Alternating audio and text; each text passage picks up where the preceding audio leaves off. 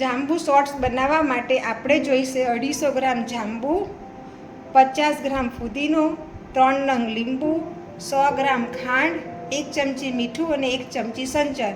તો ચાલો જાંબુ શોર્ટ્સ બનાવવાનું શરૂ કરીએ. સૌપ્રથમ જાંબુને આપણે સમારી લઈશું અને એના જે ઠળિયા છે એને આપણે પાણીથી ધોઈ દઈશું, એટલે અંદર જાંબુમાં રહેલો બધો પલ્પ નીકળી જાય.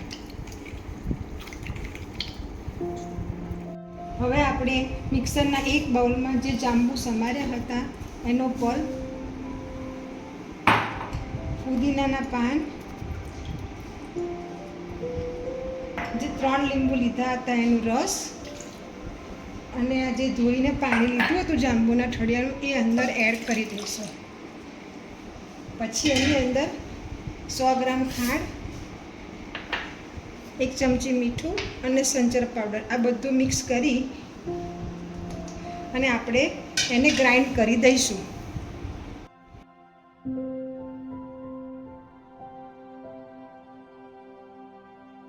મેં થોડા 4 થી 5 બરફના ક્યુબ નાખ્યા હતા. સરસ રીતે ગ્રાઇન્ડ થઈ ગયા પછી આપણે એને ઝીણી જાડીવાળી ગળણીથી આપણે એને ગાળી લઈશું. જાંબુનો પલ્પ આપણો રેડી થઈ ગયો છે. હવે આપણે ગાર્નિશિંગ કરવા માટે એક ડીશની અંદર 1 ચમચી સંચર, 1 ચમચી મીઠું અને 1 ચમચી લાલ મરચું લઈશું. આ બધાને સરસ રીતે આપણે મિક્સ કરી દઈશું. ગ્લાસની ઉપર ડેકોરેશન કરવા માટે આપણે આ તૈયાર કરી રહ્યા છે. ગ્લાસની ધાર પર આવી રીતે લીંબુ ઘસી દેવાનું આપણે.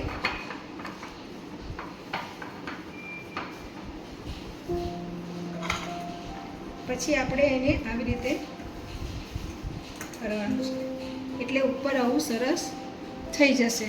જ્યારે પણ આપણે શોર્ટ્સ પીવા જતા હોય છે તો એ લોકો આવી રીતે આપણને ગાર્નિશિંગ કરીને આપતા હોય છે.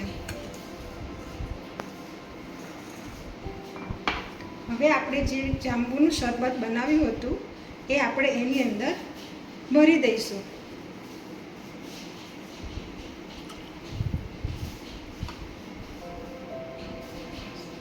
આપણા જાંબુ શોર્ટ્સ પીવા માટે તૈયાર છે. જો તમને મારી આ રેસીપી ગમી હોય તો કઝિન્સ રસોઈને લાઈક અને સબસ્ક્રાઈબ કરવાનું ભૂલશો નહીં. જય શ્રી કૃષ્ણ.